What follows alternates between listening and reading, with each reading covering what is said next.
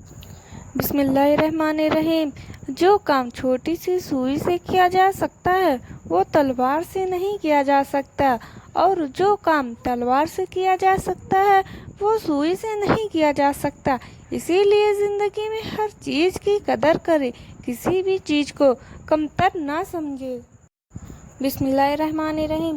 جمعہ مبارک۔ جس طرح آپ نماز جمعہ ادا کرنے کی فکر کرتے ہیں، یقین جانیے یہی حکم روزانہ کی 5 وقت نمازوں کا بھی ہے۔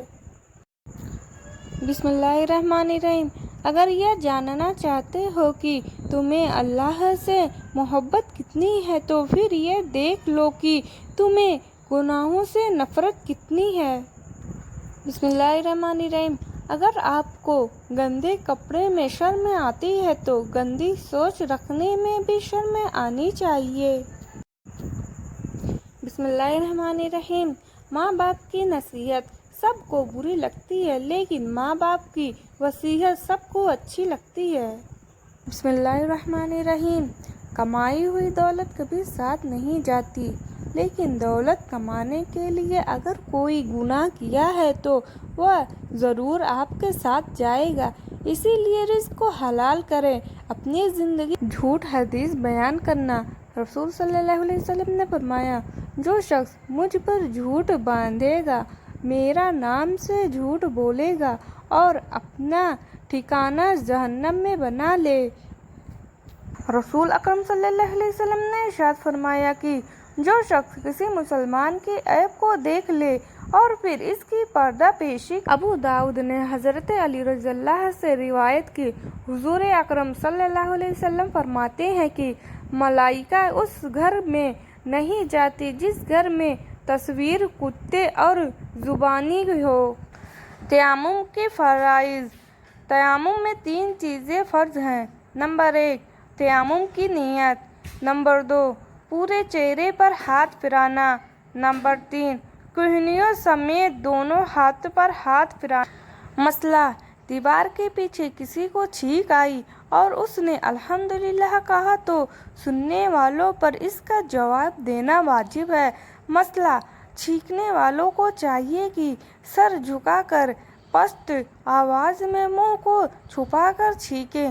بہت ہی بلند آواز سے چھینکنا حماقت ہے۔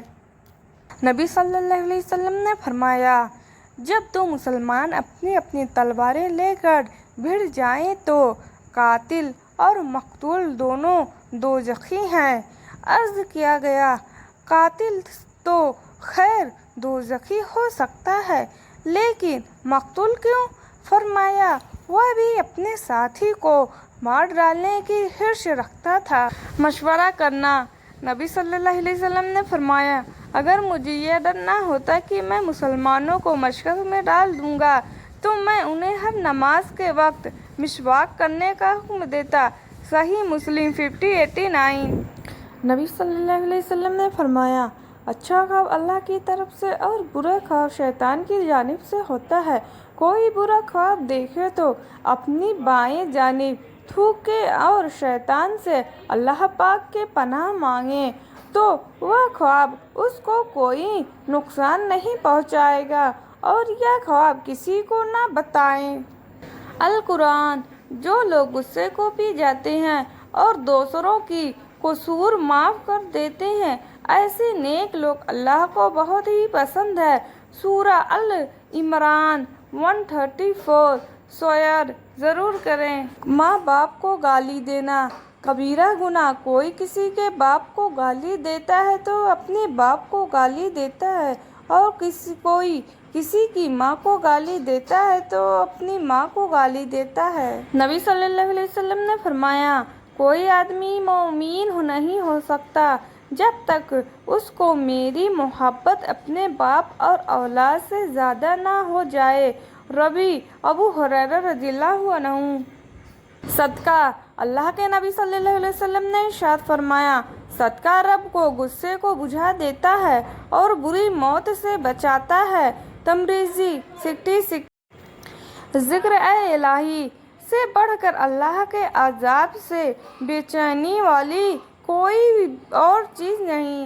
نبی صلی اللہ علیہ وسلم نے فرمایا، رات کا کھانا نہ چھوڑے، چاہے مٹھی کھجور ہی کھا لے، کیونکہ رات کا کھانا چھوڑنا کمزور کر دیتا ہے۔ رزق کو بڑھا دیا جائے۔ آقا کریم حضور صلی اللہ علیہ وسلم نے ارشاد فرمایا، جس شخص کو یہ پسند ہو کہ اس کی عمر دراز کی جائے اور اس کے رزق کو بڑھا دی جائے، اس کو چاہیے کہ اپنے ماں باپ کے ساتھ اچھا سلوک کرے اور رشتہ داروں کے ساتھ صلہ رحمی کرے، منفرد اولاد کے ساتھ تنہا خوری نہ برتے، بلکہ اپنی خواہش کو اپنی خواہش کا تابع رکھیں، بچے کے پاک کمائی سے پاک روزی دیں کہ ناپاک مال ناپاک ہی عادتیں لاتا ہے۔ چہرے پر مارنے کی ممانعت۔ حضرت ابو ہریرہ رضی اللہ عنہ بیان کرتے ہیں کہ نبی کریم صلی اللہ علیہ وسلم نے فرمایا، جب تم میں سے کوئی جھگڑا کرے تو وہ چہرے پر مارنے سے پرہیز کرے۔ صحیح بخاری 2559۔ بیماری اور بھوک میں صبر۔ فرمان سہل بن عبداللہ تشریح رضی اللہ عنہ، بھوک اور بیماری میں صبر کرنے والا انسان خدا کا رحمت کا حقدار ہو جاتا ہے۔ باحلاوہ بزرگوں کو اقوالہ انگلیوں پر نچانا۔ فرمان منصور بن عمر رضی اللہ عنہ، چغل خور والا ہوتا ہے جس کو شیطان اپنی انگلیوں پر نچانا شروع کر دیتا ہے۔ باحلاوہ بزرگوں کو اقوالہ اللہ، کامیابی وہ نہیں جسے دنیا مل گئی، کامیابی وہ ہے جسے دنیا بنانے والا مل گیا۔ الصلاۃ خیر من النوم، نماز نیند سے بہتر ہے۔ رسول صلی اللہ علیہ وسلم رات کو اٹھ کر اتنی لمبی قیام الليل تہجد پڑھتے تھے کہ پیر میں سوجن آ جاتا تھا، لیکن افسوس کہ آج کے امتی محمدیہ کے بہت سے لوگ نماز فجر چھوڑ کر اس قدر سوتے ہیں کہ آنکھیں سوج جاتی ہیں۔ اللہ تعالیٰ ایسے لوگوں کو ہدایت دے اور نماز فجر کا پابند بنائے، آمین۔ صبر سے مانگی ہوئی دعا اور اللہ پر چھوڑ دینے والا فیصلہ منزل تک پہنچا ہی دیتا ہے۔ یا اللہ، قرآن کی خوبصورتی جانتے ہو، تم قرآن کو بدل نہیں سکتے، پر قرآن تمہیں بدل دیتا ہے۔ زندگی میں قدم اور قلم بہت سوچ سمجھ کر اٹھانا چاہیے۔ الفاظ ہی اللہ رب العزت آپ پر آنے والی ہر آفتیں، بلائیں، مصیبت کو دور کر دے اور آپ کو ہمیشہ اپنے رحمت کے سائے میں محفوظ رکھے، آمین۔